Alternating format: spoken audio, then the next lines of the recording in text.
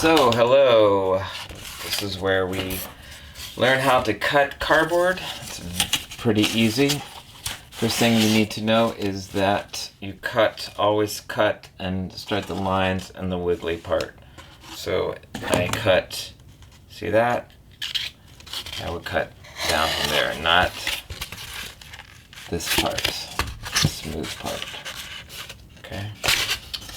The wiggly part. It's all these waves going across. Okay, so ultimately what we're here for is we're making a box beam, and they're pretty simple to make, although there's just some details that are, it would be easier if I just showed you them rather than, having you guess. The tools are these wonderful box knives. Don't get the other ones, the metal ones. These are a lot more precise, and I can, move it up and down and get, part of it is you want to kind of cut only a little bit, and this allows that to have more of a perforation. See how that is. Now for another tutorial, we're going to be doing using these help. These are better to use for making a cardboard that folds into kind of like a round structure, but it's unnecessary to use these X-Acto knife sets for that. And this specific box knife is what you want. And then I, of course, love my T-squares, and I have a few of them I'll be using, and the other tool, obviously, like a metal ruler. You never want to cut with a plastic ruler. You want to cut with a metal ruler. That'll help strengthen the blade from going across. Okay. With that said, this is what ultimately what we do. We cut in 2-inch sections, and we've cut 1, 2, 3, 4 2-inch sections, and then just a 1-inch section to have a tab to help secure. You see how this is now folding over very nicely, and then in the end we just have this. You only need a tab, and you don't, and then this will turn this into a 2x2 box beam. Again, I think 2x2 is all you need, but you can try 4x4 if you want to make it bigger and stronger and all that stuff. So of course you start with measuring, and the measurements are 2, and you measure twice, mark once, and make sure you can see it.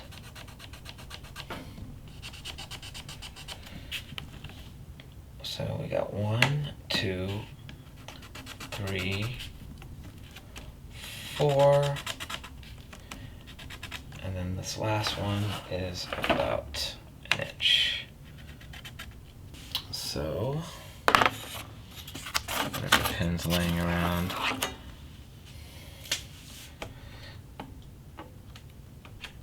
And I don't care if it's all marked up with pen and it's all, that's not even dark enough. I don't mind at all if your piece has rips in it, tears. It's just get it done. Okay.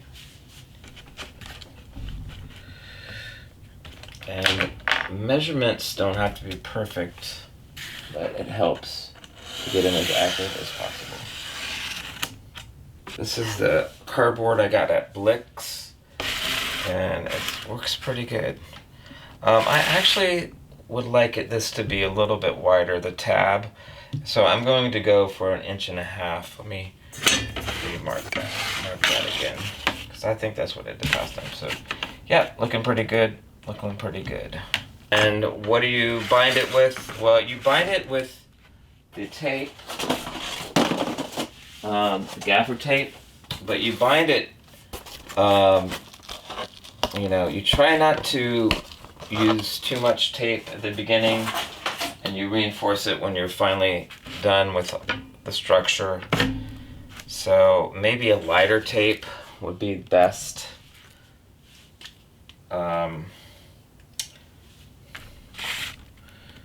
At first, and then reinforcing it with gaffer tape might be the way to go.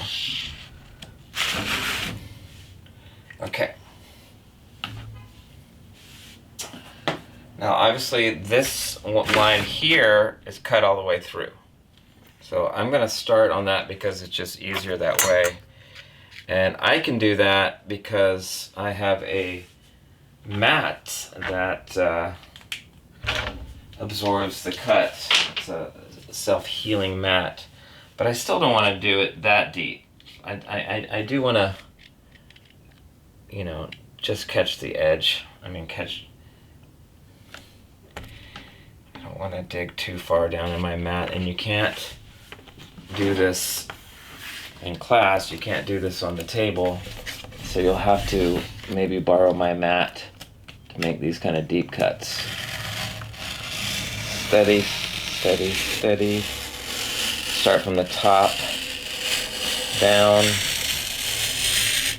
Hopefully it gets into the camera.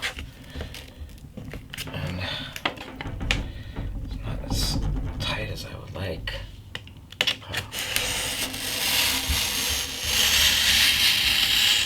It doesn't take a lot of pressure to cut cardboard. And even if there's a little bit of tear in the end, it's better than destroying and cutting really deep. So, not too bad. Not too bad at all. And then, if you cut a nice edge, then you can save the second batch.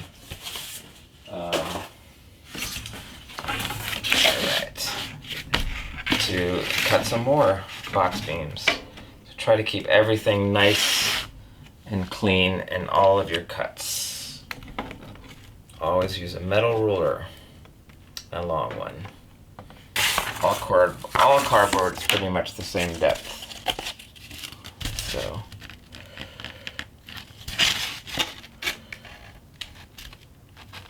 about something like this should do it.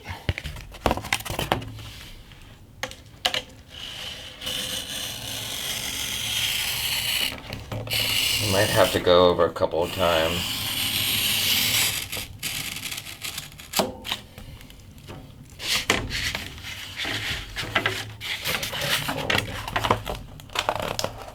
Okay.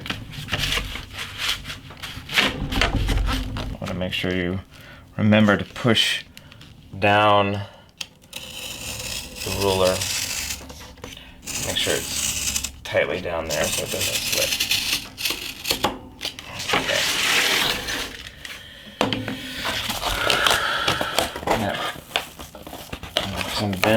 Some bending. I've used a little bit more. The little tab needs a little bit more, so I'm gonna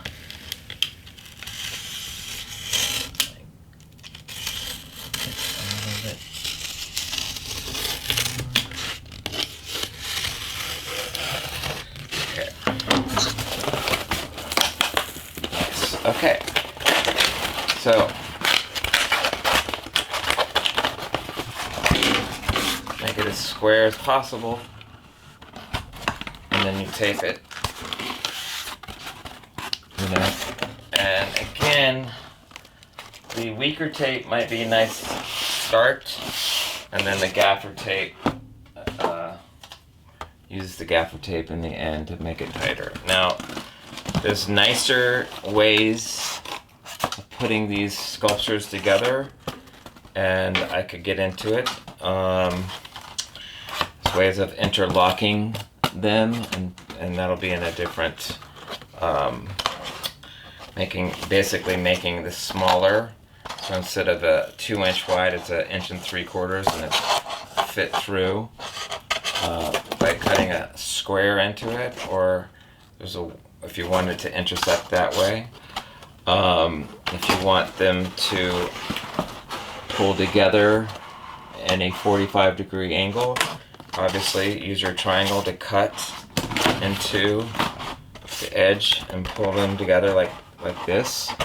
And that's one way. You can try to, again, tape them together, bound like that with a little bit of wood glue, maybe. So there's all sorts of ways to bind them together, and that'll be on a different video. So that's basically how you cut, how you cut a 2x2 beam, boxboard beam. Now, real quickly, if you were to wanting to do something add something that's kind of a curve, it's the same kind of logic as the same kind of process. It's just more of it to make it bend into circle. All you do is make more cuts. So I want to clean it up and cut the edge off. Good enough. Yeah, most of your cardboard is going to be crappy and have tape stuck to it, but you can work with it. It's easy to. Cardboard's very forgiving. It's an amazing material. I wouldn't do less than ½ an inch. It'd be easier if I just use this.